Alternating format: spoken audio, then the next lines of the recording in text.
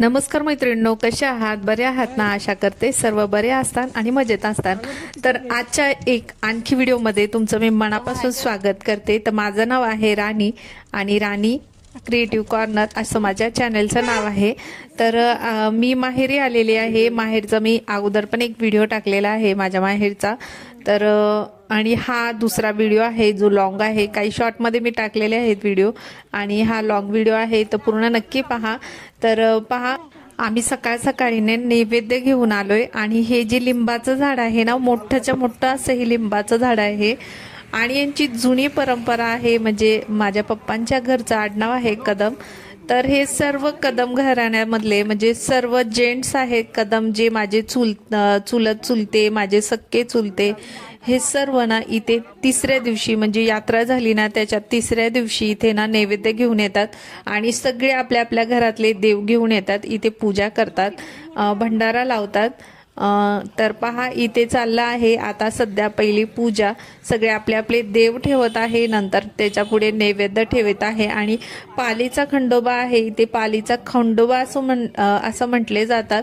म्हणजे मार्गावर, रस्त्याच्या साईडलाच इथे म्हणजे मार्गावरच पालीचा खंडोबा म्हणून तिथे पूजलं जातं आणि खूप वर्षापासून इथे येऊन याची पूजा करतात.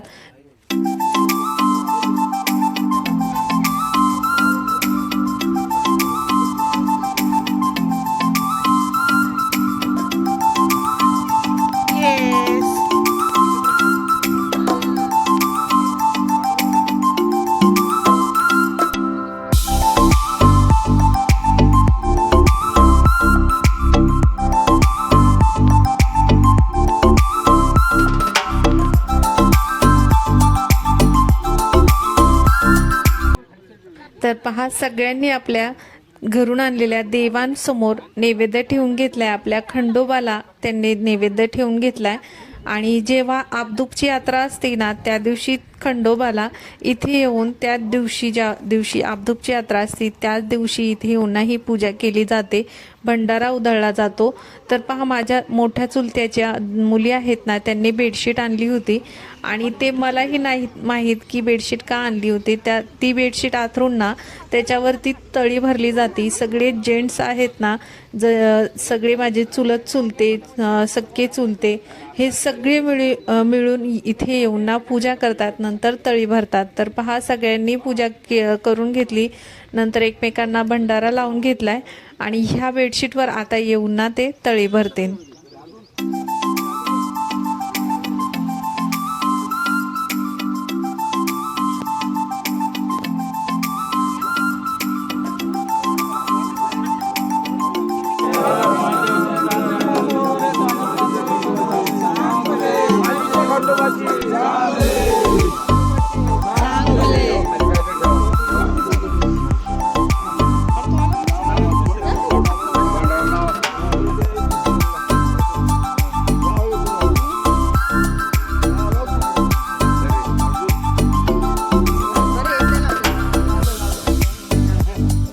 जे पप्पाच आहे बघू क्षमा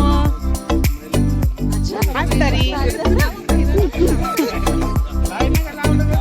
आम्ही लावतो नंतर तुम्ही करा. तर पहा, तळी भरून झाली, सर्वांनी एकमेकांना भंडारा लावला आणि त्यानंतर माझे चुलते ना, तर पहा, भंडारा घेऊन पुढे असे उधळत आहे, देवाचं नाव घेत आहे आणि भंडारा उधळत आहे.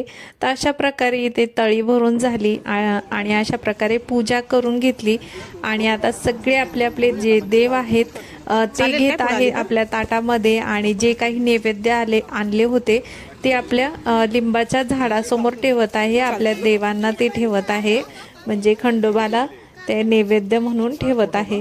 तर अशा प्रकारे हे तळी भंडारा इथे येऊन प्रत्येक वर्षी करतात. यात्रेच्या तिसऱ्या दिवशी, ज्या दिवशी आपदुपची यात्रा असते, खंडोबाची यात्रा असते, तर आपदुपचा खंडोबा आहे त्या दिवशी इथे येऊन ते पूजा करतात.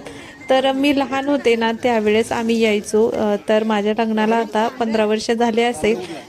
तर 15 वर्षानंतर मी यात्रेला आले आहे. मध्ये आधी येत असते, पण यात्रेला सहजासहजी एवढं काही येणं होत नाही. तर मम्मी पप्पांना मुंबईला, मी पहिला पण व्हिडिओमध्ये सांगितलं होतं, मग पप्पा मुंबईला असतात, यात्रेला आले ते 1 दिवस राहतात आणि जातात. तरी ते घर नव्हतं. तसे चुलते वगैरे माझे भरपूर आहेत, ते पण खूप चांगले आहेत, ते पण यात्रेला वगैरे बोलवत असतात. पण माझंच एवढं येणं झालं नाही, त्याच्यामुळे मी काय म्हणजे आले नव्हते यात्रेला. तर आता खूप दिवसांनी हा योग आलता यात्रेला यायचा, आणि आमची पण यात्रा झाली. त्याचा मी शॉर्ट व्हिडिओ केलेला आहे, माझ्या चॅनलवर मी टाकलेला आहे. म्हणजे फक्त म्युझिक टाकलंय, बोलून टाकलेलं नाही, कारण की इतका टाईम मला भेटलाच नाही. तर एका दिवशी आमचं नॉनव्हेजचं पण असतंय आणि सकाळचं नॉर्मल पण स्वयंपाक, म्हणजे डाळ भात भाजीचा हा देवाला स्वयंपाक असतो, आणि जे काही पाहुणे येतात त्यांच्यासाठी नॉनव्हेज असतं. तर एकाच दिवशी म्हटल्यावर ना तर खूप गडबड होते, आणि मला घरी गेल्यावर साफसफाई पण करावं लागते, त्याच्यामुळे तिथे एवढा काही टाईम भेटत नाही. त्यानंतर ना आम्ही यात्रा आमची केली आणि परत पुण्याला गेलो. तर माझ्या मुलाची परीक्षा होती, त्याच्यामुळे आम्ही पुण्याला गेलो आणि आता परत इथे यात्रेला आलो आहेत. ते पहा, आता पूजा झाली, आम्ही 2-3 फोटो काढले छानसे. आता इथे सगळे मिळून जे उभे आहेत ना त्यांची चर्चा चालू आहे, तर आज नॉनव्हेजमध्ये काय करायचं, कसं करायचंय, तर अशी काही चर्चा चालू होती त्यांची. तर ती चर्चा झाली आणि त्यानंतर आम्ही निघालो घरी. तर पहा, आता आम्ही निघालोय घरी. तर पहा, माझे चुलते वगैरे मागे आहे आणि ताईन मी पुढे चाललोय.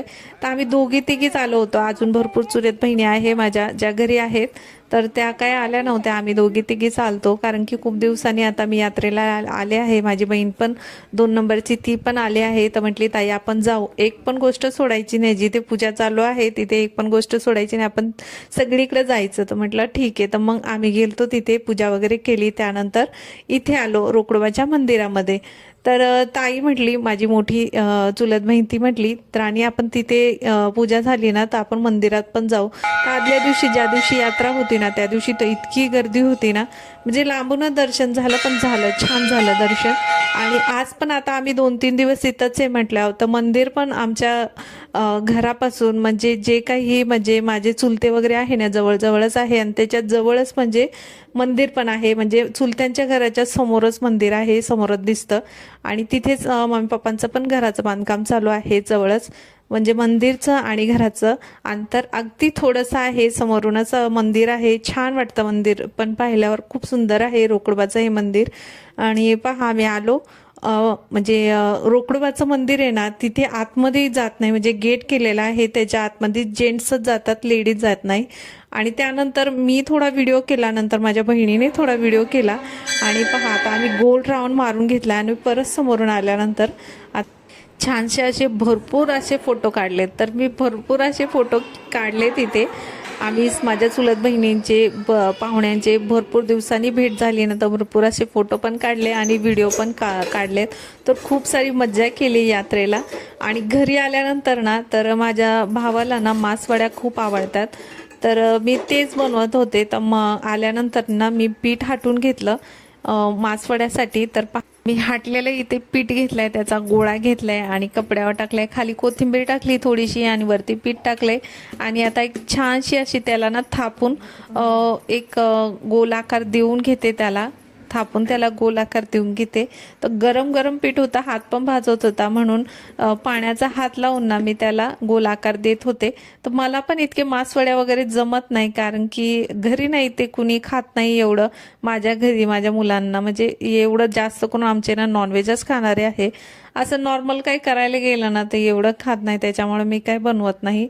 तर भावाला त्याला इच्छा झाली ती मासवड्या खायसाठी, त्याच्यामुळे मी ना हे बनवायला घेतलं होतं. मम्मीला म्हटलं मी आल्यावर बनवते.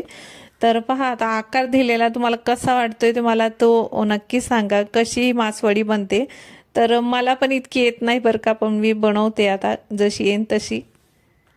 तर पण खायला ना खूप टेस्टी झाले होते, म्हणजे तारीफ तर आपली केलेली आहे.